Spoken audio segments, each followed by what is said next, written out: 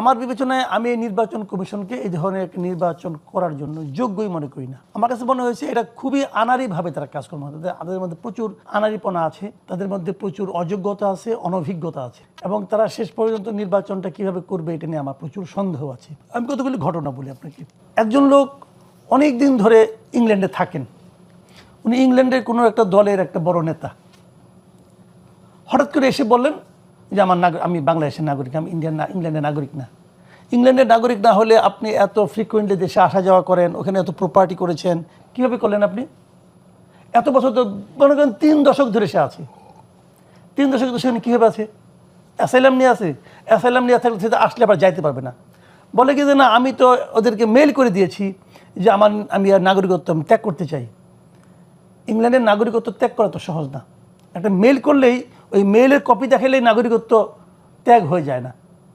আপনার নাগরিকত্ব তারা বাতিল করেছে এই মর্মে কোনো সার্টিফিকেট দেখাতে পেরেছেন? পারেননি তো। এখন দ্বৈত নাগরিক হলে নির্বাচন করা যাবে কিনা, এখানে আমি কিন্তু নৈতিকতার প্রশ্ন তুলব না। নৈতিকভাবে তো উচিত না, আমি নিজে মনে করি, বাট নৈতিকতার প্রশ্ন না, এটা হলো আইনগত প্রশ্ন। আইনের আলোকে এটা করা যায়। বাংলাদেশে যে আরপিও আছে, যেটা নির্বাচনী আইন, সেই আইনের আলোকে এটা করা যায় না।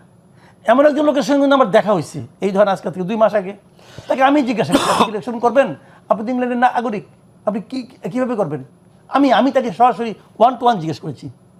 উনি বলতেন না, এটা ব্যবস্থা একটা হবে। উনি কিন্তু বলে নাই আমাকে যে আমি ইংল্যান্ডের নাগরিক না, বলে নাই কিন্তু, কারণ আমি তো তার সম্বন্ধে জানি। সে ওখানে প্রায় 3 দশকের বেশি সময় ধরে আছে। তো উনি বলে নাই কিন্তু। পরে থেকে শেষ ঠিকই নমিনেশন পেয়েছে। কীভাবে পেয়েছে? কীভাবে পেয়েছে?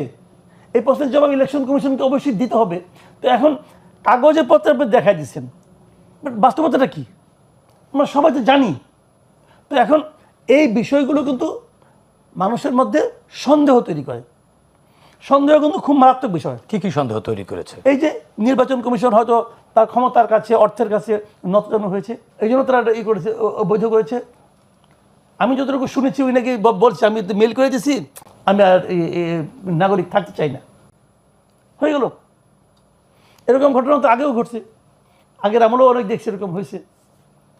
এখন এইগুলি ঠিক না, এগুলি হওয়া উচিত না। আবার ঋণ খেলাপি তারা হচ্ছে। আবার এই লোকের যখন এমপি হবে, তাদের কাছ থেকে আমরা কী আশা করবো? এটা হলো আমাদের জাতি হিসেবে যে আমাদের যে মানে হতাশার ব্যাপার, সেটা তো আদালত তাদেরকে বৈধতা দিয়েছে আইনগত প্রক্রিয়া অনুসরণ করেই। আদালত বৈধতা দিয়ে রাখে, সবাই আদালতে গিয়েছিল। ওটা তো অনেকে তো ইলেকশন কমিশন রিটার্নিং অফিসার দিয়ে দিচ্ছে।